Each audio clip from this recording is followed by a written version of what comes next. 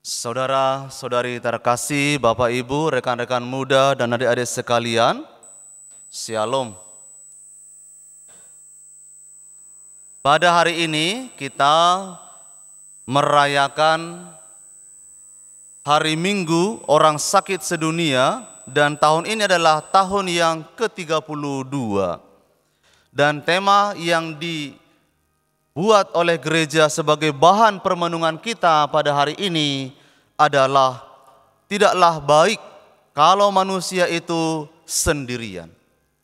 Lalu diberi subjudul kecil, penyembuhan orang sakit melalui penyembuhan relasi. Saudara-saudari yang terkasih, sejak awal Tuhan menjadikan kita manusia ini bukan untuk hidup sendiri. Sebaliknya, kita dijadikan untuk hidup bersama. Dan manusia pertama diciptakan oleh Tuhan itu diciptakan pasangannya, dijadikan supaya mereka hidup bersama sebagai ciptaan Tuhan. Dan dikatakan dalam kitab suci bahwa Tuhan sendiri menganugerahkan dalam hati mereka cinta kasih sebagai daya yang mempersatukan mereka, bahwa mereka tidak dapat hidup sendiri, mereka saling membutuhkan, dan dari situlah mereka bertumbuh, berkembang, dan berbuah. Kehidupan kita sesuai dengan panggilan kita dijadikan oleh Tuhan mencapai pemenuhannya hanya dalam kebersamaan. Hidup kita semakin penuh di hadapan Tuhan bila kita ini mau saling memberikan diri, mau saling menerima diri orang lain. Itulah yang akan membuat kita penuh sebagai ciptaan Tuhan. Tetapi kita juga tahu bahwa pada penciptaan manusia pertama itu, niat baik Tuhan itu ternyata diputus oleh dosa.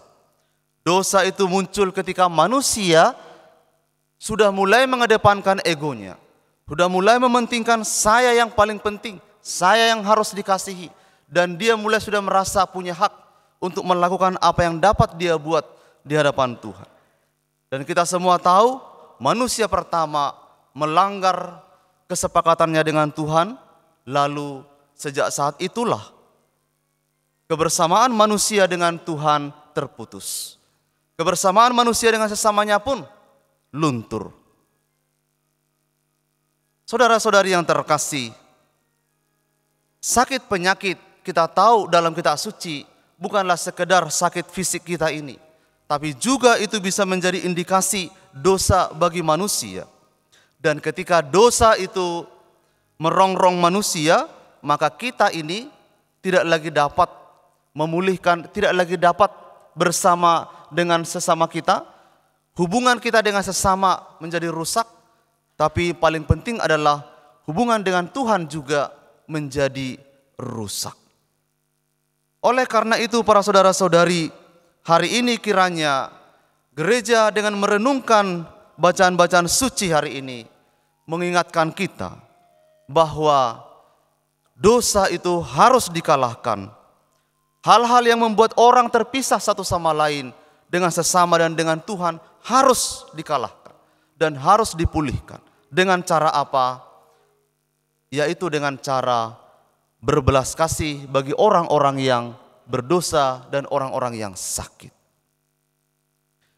Kita punya pengalaman yang sangat baik, punya pengalaman yang dapat membuat kita melihat betapa sakit penyakit itu begitu memasukkan manusia pada kondisi yang tidak mudah.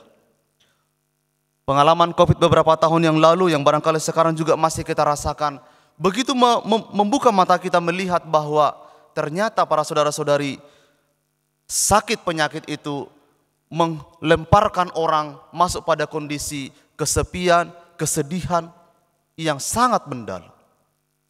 Orang menghadapi sendiri sakit penyakitnya, bahkan dia menyambut sendiri kematiannya karena tidak ada orang yang dapat bersama dengan dia. Dan itu adalah pengalaman eksistensial yang sangat dalam di mana manusia seolah berada di tepi jurang kematiannya. Nah, para saudara-saudari, ternyata bukan hanya ada pandemi dan sakit penyakit yang lain yang dapat membuat kita seolah-olah berada pada tepi jurang kematian itu. Di negara-negara yang maju sekalipun, di negara-negara yang ekonominya baik pun, ternyata orang juga bisa menjerumuskan saudaranya, menghantar saudaranya pada kondisi yang seperti itu.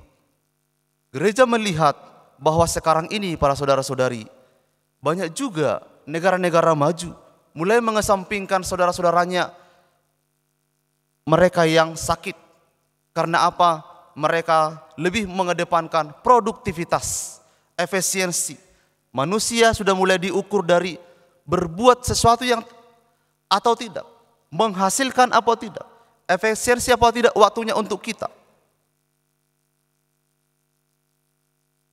Coba kita bayangkan para saudara-saudari, betapa sayangnya hidup kita ini direduksi sedemikian rupa, padahal kita adalah manusia yang membawa gambarnya Allah. Orang sakit seolah-olah disingkirkan, orang yang tidak dapat berbuat sesuatu yang menguntungkan seolah-olah sudah tidak lagi perlu untuk diberi wadah hidup. Ironis memang, tetapi itu adalah fakta di dunia kita di zaman sekarang ini. Nah, saudara-saudari, kita tidak dipanggil untuk itu. Kita dipanggil seperti Yesus hari ini yang hatinya mudah tergerak oleh belas kasih. Maka terapi yang paling utama yang dibawa oleh Yesus yang perlu kita teladani di zaman ini adalah terapi hati yang mudah tergerak oleh belas kasih. Kitab suci memberi kita teladan orang Samaria yang baik hati. Orang Samaria belas kasihnya tidak ditentukan oleh siapa orang itu, apa jabatannya, apa sukunya, agamanya dan lain sebagainya yang melekat pada orang itu. Tetapi bahwa pribadi itu adalah manusia yang dijadikan oleh Allah, maka berhak dia mendapatkan perlakuan yang hangat, perlakuan dicintai dari orang-orang di sekitarnya. Saudara-saudari yang terkasih, semoga hidup kita boleh menjadi ungkapan belas rasa, ungkapan belas kasih, cinta yang menghangatkan bagi orang-orang, khususnya mereka yang sakit, yang disingkirkan, yang menderita. Kalau orang sakit itu tidak membuat kita kesal, atau tidak membuat kita capek, atau tidak membuat kita rugi waktu dan tenaga, itu namanya bukan orang sakit. Justru karena mereka membuat kita mengeluarkan energi lebih, waktu lebih, materi lebih, maka itulah mereka indikasinya orang yang sakit.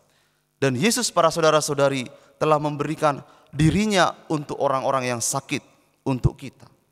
Gereja kita haruslah menjadi rumah komunitas yang menyambut, memulihkan, menyembuhkan dan menyelamatkan banyak orang. Tuhan memberkati.